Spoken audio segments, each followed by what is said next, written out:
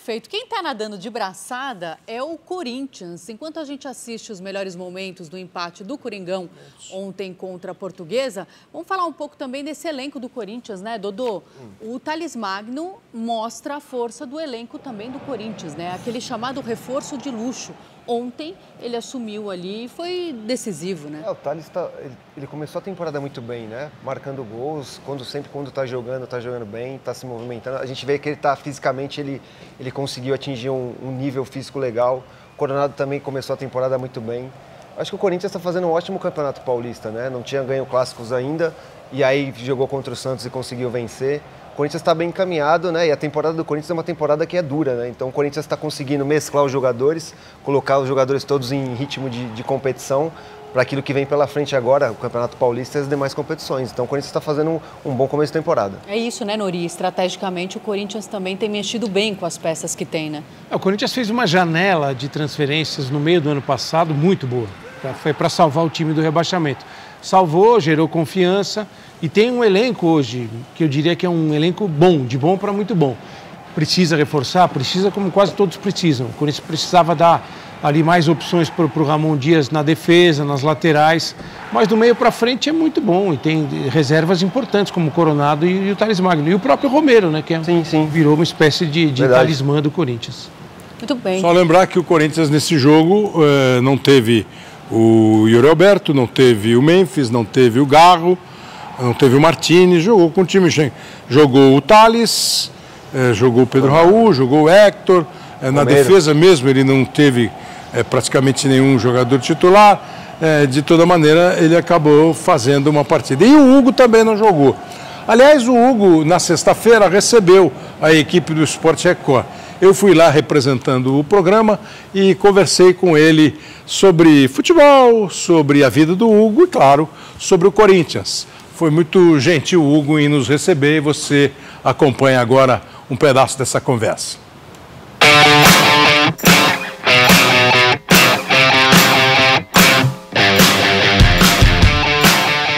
O Hugo, goleiro do Corinthians, recebeu a gente do Sport Record aqui na casa dele. Obrigado.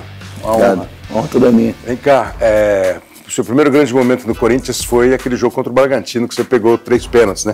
Copa Sul-Americana, né?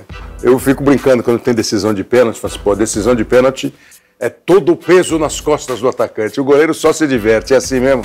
Eu tento levar dessa forma, né? É? Meu pensamento é esse. Mas você torce pra ter pênalti? Não torço pra ter pênalti, não. Nem decisão por pênalti? Também não. Mas não tem frango em pênalti? Não tem, mas eu torço o coração não aguenta. Então vamos fazer uma brincadeira aqui? Vamos fazer 5 séries de cobranças de pênalti. Eu vou bater pênalti, os meus pênaltis vão ser com perguntas. Se você defende ou toma 5 pênaltis. Mas assim, quando a gente está com goleiro e tem bola, a gente não resiste, né? Vamos ver se você pega pênalti. Largou. Olha aqui. Vamos começar. A nossa primeira sequência de pênaltis vai ser sobre o Corinthians. Tá? Quando você chegou ao Corinthians, viu o time estava jogando, você olhou e falou assim, para mim é uma grande chance, mas vai ser difícil. Com certeza. Né? Pelo momento que vivia o time, pelo momento que vivia o clube, mas era a oportunidade que eu tinha de mostrar. Qual é a diferença para vocês de escolher o time, o tamanho, a oportunidade e o momento? Tem peso? Eu estava no momento da minha carreira onde eu estava meio que disponível, sabe? Estava em Portugal, né? Exato. E quando eu volto de Portugal, eu sabia que não ia ser aproveitado ali no Flamengo.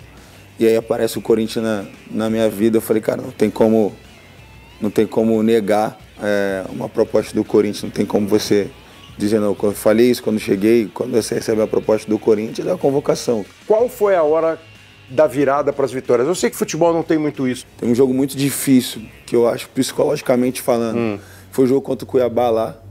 Porque era um jogo que, se a gente não ganha, a gente se afundava mais na tabela. Tinha disputa direta para fugir do rebaixamento. Exatamente. E graças a Deus a gente conseguiu a vitória lá. E aí vem a virada de chave de confiança contra o Palmeiras dentro de casa. Quando vocês entraram de férias, aquelas férias, mas agora eu vou tirar férias de verdade. Eu desfrutei das minhas férias. Descansei bem, porque eu precisava. A pressão estava grande quando chegou, mas depois a gente termina da forma que terminou. E acho que foi um alívio para todo mundo a gente conseguir o feito que a gente fez. Então, assim, conseguir botar o clube de volta numa competição como é a Copa Libertadores. E o Corinthians é um clube que ele não pode brigar para cair, não pode estar brigando lá embaixo por toda a sua grandeza. Onde hoje, do que está jogando o Corinthians, pode chegar esse time no que vem pela frente em 2025? Acredito que a gente tem muito a evoluir ainda. Início de temporada, mas a gente vem fazendo início de temporada muito bom, né? Então, assim, eu acredito muito que a gente quer alcançar o objetivo que é o título do Campeonato Paulista. Vocês têm hoje um trio que está sendo considerado dos mais importantes do futebol brasileiro. O Memphis, o Garro e o Yuri. Mas como é que você hoje, que vê lá de trás, o individual e o coletivo desse time do Corinthians, do Ramon Dias? Eu acho que cada vez mais a gente tem crescido coletivamente, porque é um trabalho que já dura 8 meses, 7 meses, se não me engano, ali, que é o trabalho do Ramon.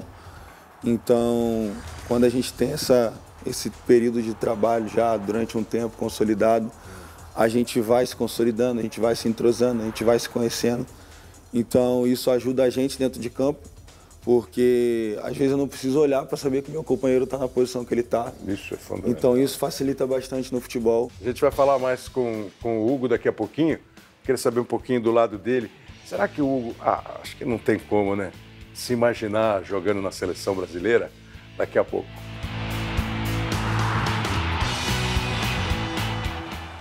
Bela entrevista, hein? Qual é a importância dele para essa melhora do Corinthians? Assim? Qual o grau?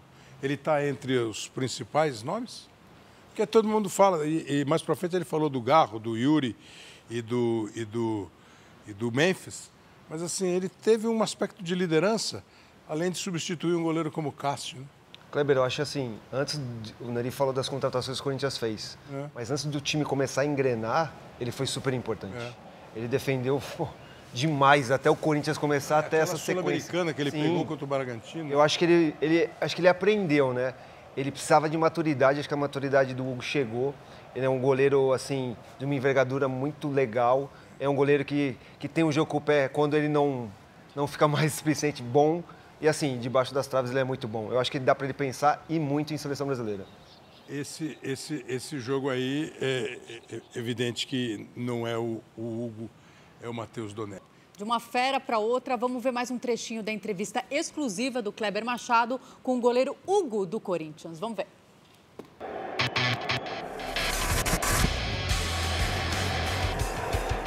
Outro dia eu estava brincando, eu não sei se foi com o Maurício Noriega ou com o Dodô. Falei, vamos convocar uma seleção agora.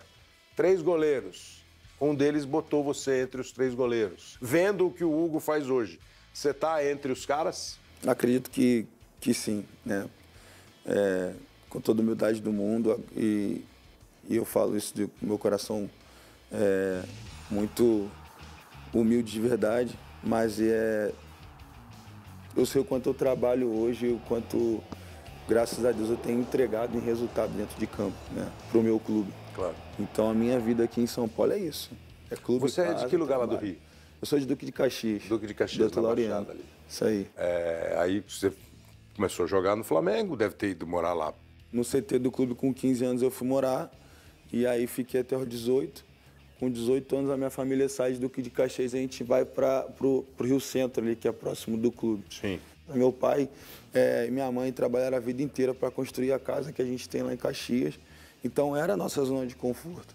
Mas eles abriram mão disso para seguir a minha vida, para todo mundo morar num apartamento de 50 metros quadrados, porque era o sonho do Hugo. Então, a gente vai depositar nossa esperança nisso, porque eu também via que aquilo ali era o que podia mudar e transformar a realidade da minha vida. Então, não só da minha vida, mas da minha família. Mas aí o cara começa a ficar mais bonito. Com certeza. O cara começa a ficar mais perfumado. E aí, de vez em quando, o cara dá uma... Com certeza. Aconteceu isso com você e isso até pode ter tido reflexo no jeito que a sua carreira se conduziu. Eu nunca vou me opor de falar, porque eu sei que eu falhei, eu sei que eu errei. Basicamente, no quê? Exatamente nesse aspecto de deixar as coisas levarem. Hoje eu entendo que a minha vida é futebol. Se eu não me dedicar 1000% para o futebol, eu não tenho vida. A minha família, ela não vai morar num lugar bom, não vai ter uma comida na mesa. E eu passei a entender que se eu não viver pro futebol, o futebol vai me tomar tudo que ele me deu. E qual é a sedução? Na verdade, acho que a maior sedução é você conseguir alcançar aquilo que tu nunca viu, tá ligado? Essa é a maior sedução. Da realidade que a gente veio do nada, quando tu consegue botar a mão onde tu não conseguia. Pessoas que você achava que não ia acessar e você acessava. Facilidade financeira de comprar uma coisa que você achou que não quer comprar. A hora que o futebol começa a tomar de você o que ele te deu, quem que acorda? É você que sonha? É alguém que cutuca? Como é que você volta? Na verdade, eu tenho uma guerreira dentro de casa que nunca deixou. É?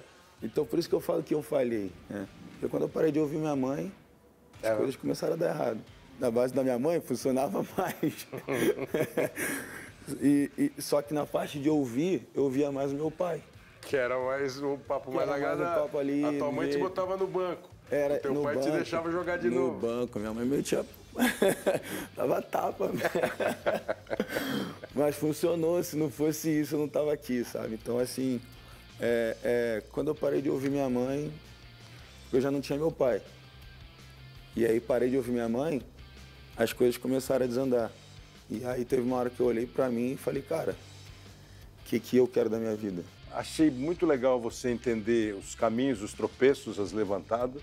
E obrigado por receber a gente aqui. Nada, eu que agradeço. Sucesso, boa temporada pra vocês. Valeu, obrigado. Obrigado mesmo, Hugo, muito legal. E essa parte aqui, o que é sedutor? É quando você começa a ver o que você achou que nunca ia ver, aí é lugar que você achou que nunca iria e ter coisa que você nunca sonhou em ter. Tem bola para ir para a seleção? Tem porque ele é jovem. Entre os melhores? Dodô aqui. 26 anos. Muitos bons goleiros no Brasil com uma faixa etária já acima de 30 e tal. E ele é muito jovem. Tem bola para a seleção? Tem bola para a seleção. Kleber, para mim, foi a maior contratação do Corinthians no ano passado. Um momento mais crítico de goleiros, né? Tem que lembrar de Carlos Miguel e de Cássio, como você falou. Eu até falei isso com ele, ele falou assim, olha, eu tinha que pensar... Ele falou que para ele o Cássio é um dos maiores da história do Corinthians, não goleiro. Um dos maiores atletas. Ele falou, mas puta, eu não podia pegar esse peso para mim. Eu tenho que entrar lá e fazer o meu. Se eu pensar que eu estou jogando no lugar do Cássio, eu vou tremer antes de fazer a jogada, né? Mas tem bola para jogar na seleção. Tem que estar entre os três. Eu já levaria na próxima convocação, sem querer criar polêmica.